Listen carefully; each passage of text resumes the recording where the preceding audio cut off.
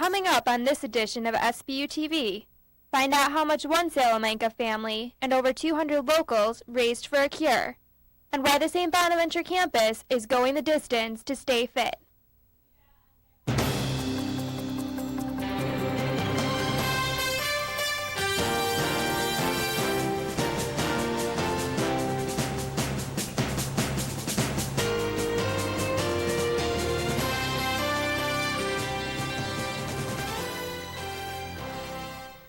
Welcome to Sbu TV News. I'm Kaitlin Dean. And I'm Chelsea Eggleston. Since St. Bonaventure decided to come up with a new communication slogan, we wanted to see what students and professors thought about it. Vanessa Diaz has the reactions. This is the way St. Bonaventure is promoting their new communication slogan. So what exactly do students think of the slogan, Bonaventure, becoming extraordinary? Honestly, isn't all that great. It's okay, I guess. I mean, it sounds kind of weird. Doesn't really seem like that great. I just feel that any school can say something like, if you come here, you'll be extraordinary. After hearing what students thought, I decided to ask the faculty for their opinions. Of the slogan that I like, and there are aspects of the slogan that I think don't quite get at what we do, particularly in arts and sciences. This is a place where a student can become what he or she is destined to become. And I think it's a really wonderful, quick, and nice tagline. So why choose this new slogan? I think the ideal effort in that regard is one that excites the community, and one that they're proud of, and one that they can say, yeah, that's me. I'm becoming extraordinary. For Sbu TV, I'm Vanessa Diaz. Administration is hoping that this new slogan will bring an even bigger freshman class for next year. Salamanca residents recently gathered together in support of a good cause. Meagan Ellis has the story. On September 15th, over 200 people gathered in Salamanca, New York to fundraise for the Cystic Fibrosis Foundation. Having a walk and a 50-50 raffle and all kinds of things, Chinese auction, to raise money for research to cure the disease. So what is cystic fibrosis? It is a genetic disease, so that means you're born with it. What it involves is daily medications, treatments. Unfortunately, there is not a cure for it right now, and the life expectancy is 37 years. Great Strides to Cure Cystic Fibrosis was organized by a local family who was affected by the disease. My 2-year-old nephew was born with cystic fibrosis, and so we're trying to raise money for research to hopefully someday find a cure for cystic fibrosis. So the family contacted the local chapter of the Cystic Fibrosis Foundation and organized the walk. The walk will start right here in front of this church, circle around, and end here again for a distance of just under 2 miles. Many local businesses donated to the event. Businesses in the Salamanca area, as well as the Allegheny, Olean area. We've probably raised close to $5,000 already. That's what we always say about halfway around. For Sbu TV, I'm Meagan Ellis. For more information on how to help, you can contact the Western New York chapter of the Cystic Fibrosis Foundation by going to www.cff.org or by calling 716-686-9400. St. Bonaventure's own fitness center is promoting a healthy body in 90 days. How so? Stephanie Nikolaou has more. These athletes will have to swim 2.5 miles, run 26.2 miles, and bike 112 miles over a 90-day period to be considered a St. Bonaventure Iron Man or woman. So far I've run 4 miles, biked about 5. Adam is one of about 200 participating in the first annual Iron Man, Iron Woman Challenge at St. Bonaventure. I want people to exercise, and it's the numbers that we receive. We have more people exercising now, we believe, than we would have had if we didn't run the challenge. They can use the running trail, they can use any of the roads out here, they can use the Richter Center track, they can use the ellipticals in the Richter Center. Each participant keeps track of his or her own mileage and reports it to the Richter Center. There's a website, everybody gets emailed an ID number, and only you know your ID number, and you can track how much progress you've done so far. But what is it that motivates people to take on such a physically demanding test? Everybody's going to get a t-shirt when it's all done. It says, I became an Iron Man or Iron Woman. A lot of my friends are signed up for it. Psychology professor Robin Valeri encourages faculty and students to join the challenge. As a triathlete, she knows the benefits of staying fit. When things get stressful, we tend to say, okay, I got to save time. I'm not going to work out. I'm going to skip going for that walk or going for the run. When it's actually what you should be doing. Stress tends to decrease the functioning of our immune system. You should actually try and make time to get, even if it's a quick workout in. It's generated a lot of excitement on campus. A lot of people are doing it, but for their own personal gain. It's a good way to motivate themselves, and not only that, there's goals to reach. So far, over 200 faculty, students, and staff have joined the challenge. It's not too late to sign up. The deadline is December 8th. Actually, it's not that bad. For Sbu Tv, I'm Stephanie Nikolaou. If you're interested in joining the Iron Man and Woman Challenge, you can find more information online at www.sbu.edu/intramurals. The local Islamic community began its daily fasting to mark a holy time for Muslims. DeAnna Arabaty reports.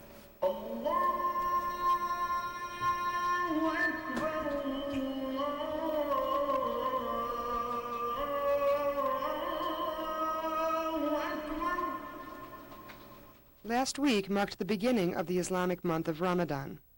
In the southern tier, Muslims devote themselves to prayer, reflection, and fasting. As you all know that we have 5 basic Islamic principles, and one of them is Siyam, which is fasting. And I can refer to the Holy Quran, where fasting is prescribed. Also, we try to do as many good deeds as we can, be on a better behavior. The ritualistic fast occurs from sunrise to sunset and includes refraining from the intake of any food or drink. Just before dawn, you can have a breakfast or eat, but after that, you have to abstain from ingesting any food or drink, including water, up till the time for sunset. And at sunset, again, you may eat. This annual rite of passage is observed with great celebration and feasting, where we try to meet and then have the congregational prayer and try to break the fast with great joy. During Ramadan, Muslims around the world unite together in the bond of fasting. Muslims in the area gather here at the local Islamic Center in Allegheny, New York. Celebration. For Sbu TV, I'm DeAnna Arabaty. By the way, our reporter wore a headscarf as a sign of respect when she was at the Allegheny Mosque to do her story. Ramadan will end October 12th. God has been called to a Nebraska courtroom by State Senator Ernie Chambers. Chambers is suing God to make the point that anybody can sue anybody. CNN's Nathan Moore has the story. It's an interesting case, but it's a typical Ernie Chamber case. He's filed a case to make a point, not to win a lawsuit. And even though Senator Chambers is involved, many in the heartland are shocked. To be honest, I was surprised. I'm thinking, why? What's the point? Maybe he's trying to make a point, but it just strikes me as something really not worth the effort. Attorney James Martin Davis says he's received several calls suggesting he represent God, something he'd consider. Davis says he hasn't seen a case like this in more than 3 decades of practicing law. He says if by some miracle Chambers' case gets heard, the state senator could have a hard time winning. And if God were to testify, he'd take the stand and raise his hand and say, I promise to tell the truth, the whole truth, and nothing but the truth, so help me. And so, who's going to disbelieve God? Even longtime supporters of Chambers say this case could hurt his ability to push other issues. This is probably not going to do good for him, just in general, with the people that usually support him, as I normally do. I think it's going to stir quite a controversy. Still, even Davis admits Chambers has a right to push his case. The next step would be to have a hearing. If the defendant doesn't show up, then Mr. Chambers has to go in to ask the court for a default judgment because the defendant didn't appear, and that's when things will happen. More of that story may come along in the future. Coming up on Sbu TV, a local festival gives some a reason why bad breath can taste so good.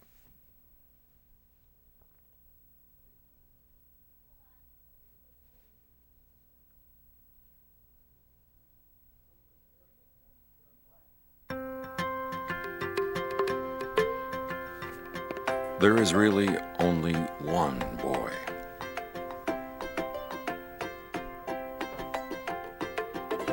One girl.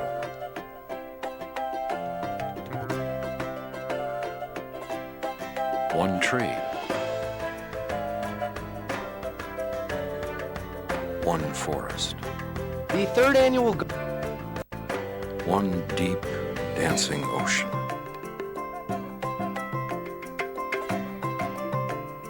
One mountain calling.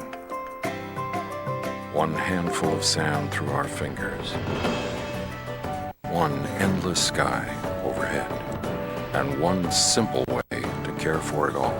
Please visit earthshare.org and learn how the world's leading environmental groups are working together under one name, EarthShare. One environment, one simple way to care for it. Michael Postles has a story that might just make your mouth water. The third annual Garlic Festival attracts people from all over the area with contests, music, and of course, food. For 2 days, garlic growers will have the chance to sell their harvest at the festival in Cuba, New York. Basically, I have a very large garden. This is our second year. I think the weather last year was a little better, so the turnout was a little better, but it's not been bad today. Yep. It's a 2-day affair. And it wasn't just the garlic enthusiasts who were excited to be here. Lots of people, lots of good food, lots of garlic. You can be sure that there are no vampires here today, as hundreds of people have come out to support the local farmers at the third annual Garlic Festival in Cuba, New York. For Sbu TV, I'm Michael Postles. The next festival will take place in Cuba, New York on September 13th and 14th of 2008. The United States has been at war for the past 6 years. I talked to St. Bonaventure students about their thoughts. They might not be what you would expect. This war may be lasting longer than some anticipated. Long, it's drawn out, it's been going on for a while. Some students' questions were answered recently. A group of soldiers from the Seneca Battalion Cadre came to talk with Bana seniors about their experiences in Iraq and Afghanistan. Some students felt that listening to the soldiers here in Murphy Auditorium changed their perspective on the war. Soldiers in our forces over in Iraq aren't just like blowing things up and like killing people. They're doing like a lot of humanitarian work. And It hit home with me when the soldiers were talking about like leaving their families and how they had to come back and get therapy, and I didn't realize. There was one common theme for students, whatever their politics were on the war. A lot of respect for people that actually go over there and like do that on a daily basis. I don't think I could ever do that. Just out there doing their job, and they're doing good work. For Sbu TV, I'm Kaitlin Dean. According to the U.S. Department of Defense website, there have been 3,786 American deaths in Iraq and 375 in and around Afghanistan. St. Bonaventure's swim team takes time out of its schedule each week to help in the community. I took a closer look. Early morning practices don't stop them from coming. Neither does a pile of schoolwork. Swim team comes here every Wednesday afternoon. Each week, members of St. Bonaventure's men's swimming and diving team volunteer at the warming house. What we basically do is we come in, we prep up some food and cook it, and then we serve it. We do like a little assembly line, and everyone gets the food, and then we just clean up. It's good to get the team out in the community as well as we're just to show people that we're not just an athletic program. The team started volunteering last year and will continue until the end of their season. We do it in shifts, so about 6 of us come once a month. The warming house is a soup kitchen that serves the Olean area.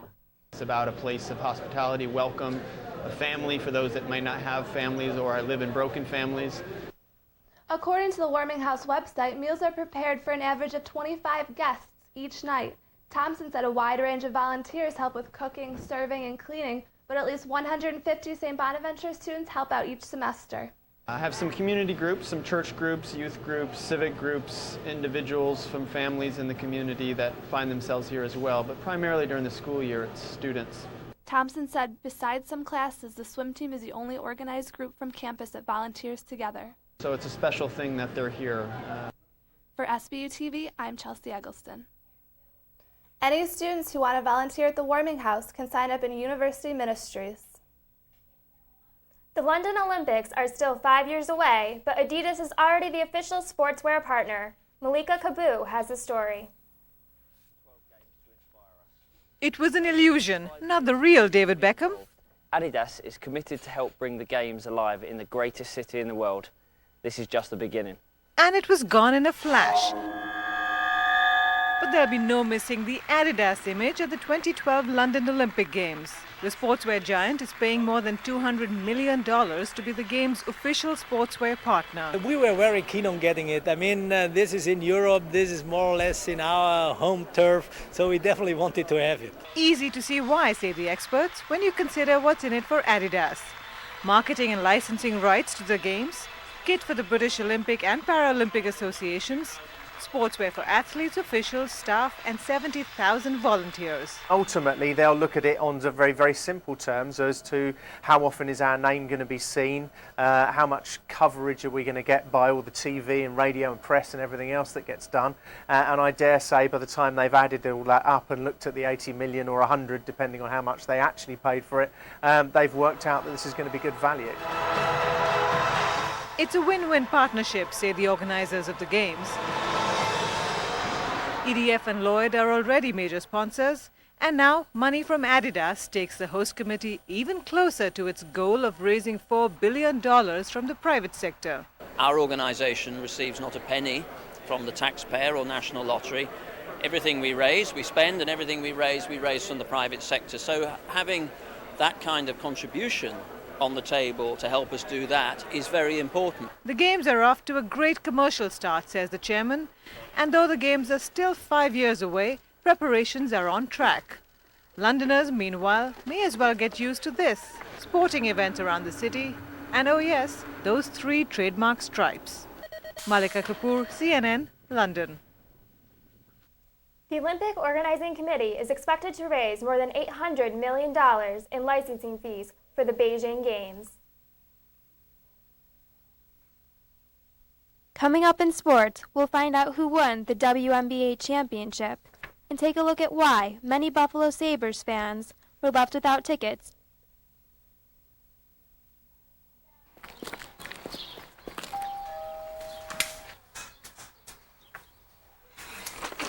Mrs. DeBruzzo, I'm Ed McMahon, and we're signing up people for... Yes, yeah. Mr. Murphy, Ed McMahon. We're starting up... No. Dreams no. really do come true. Hombre, dinero. No. Yes, Ed con McMahon, cameras. see. Ed McMahon. Yes, Ed McMahon. We're having our first Ed ever... McMahon. Yes.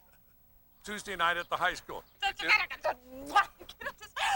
We're starting up the neighborhood watch in this area, and here's all the information. Stevie, get down here, please. No, it's just 5, 6, 7, 8.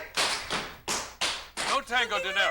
Neighborhood watch. We're having this neighborhood watch, the first one. Right. Larry, put some pants on. I'll come back. Bye-bye. Bye-bye. Thank you.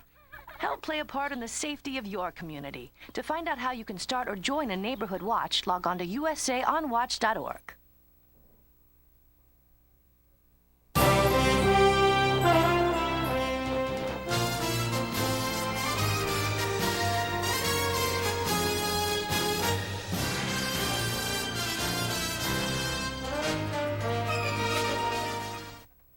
Amanda Fuller joins us with sports. Thanks, Chelsea. The WNBA just finished up its season, and one team has come away with its first championship. So what team is that? The Phoenix Mercury won the WNBA championship September 15th in a 3-2 series victory over the Detroit Shock. It is the Mercury's first title.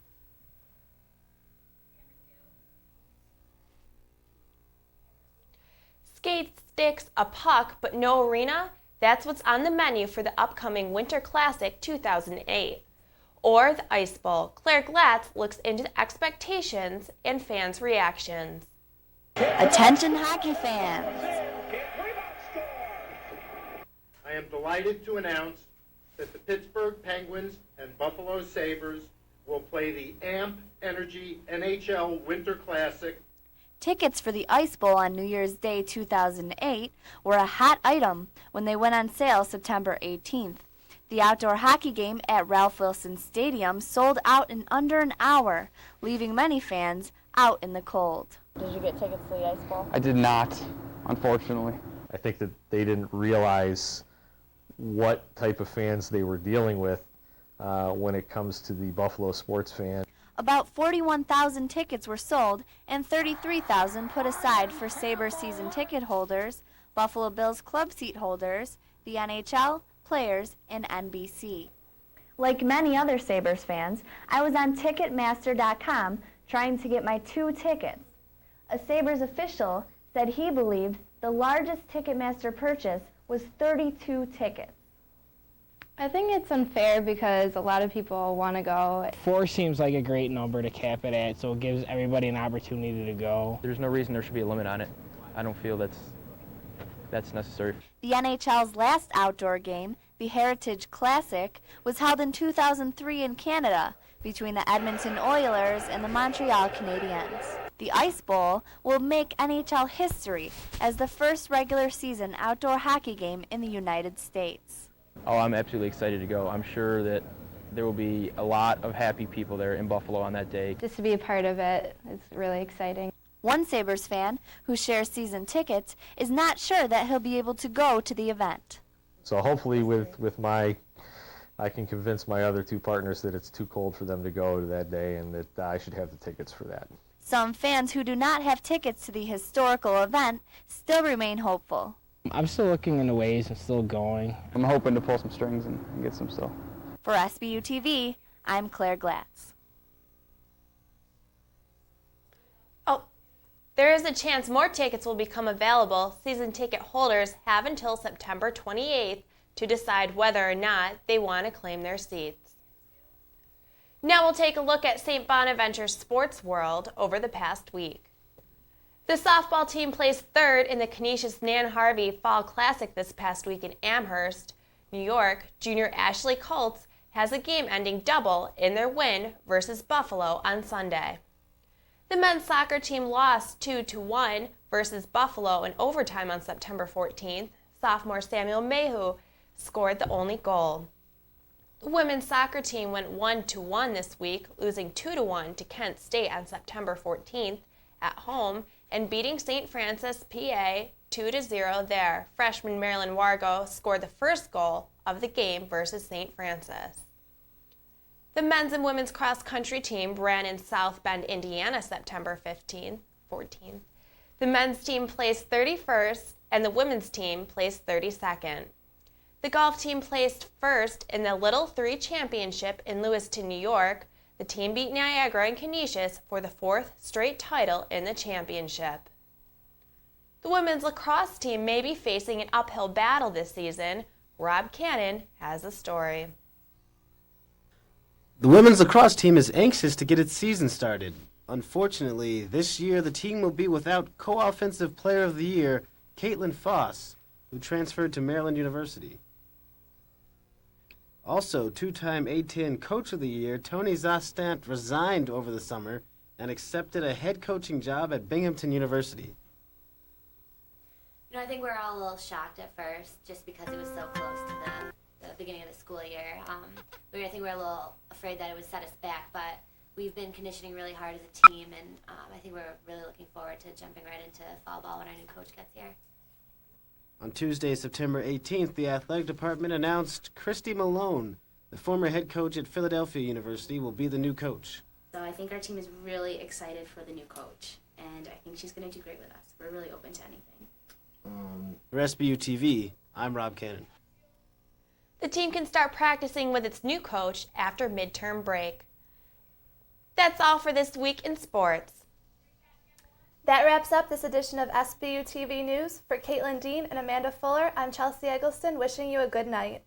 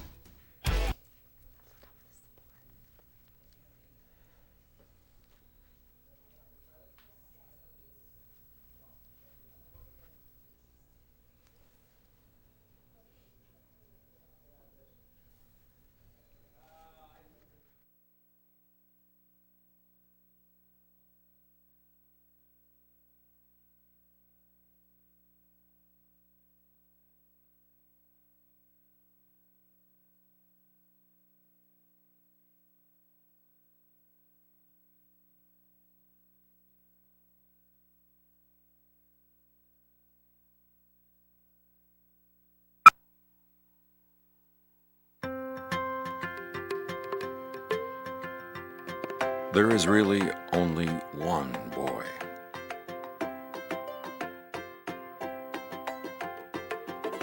One girl.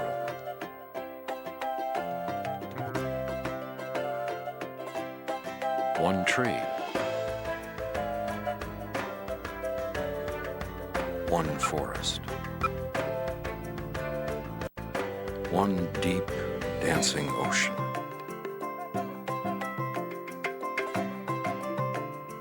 One mountain calling. One handful of sand through our fingers. One endless sky overhead. And one simple way to care for it all. Please visit earthshare.org and learn how the world's leading environmental groups are working together under one name, EarthShare. One environment, one simple way to care for it.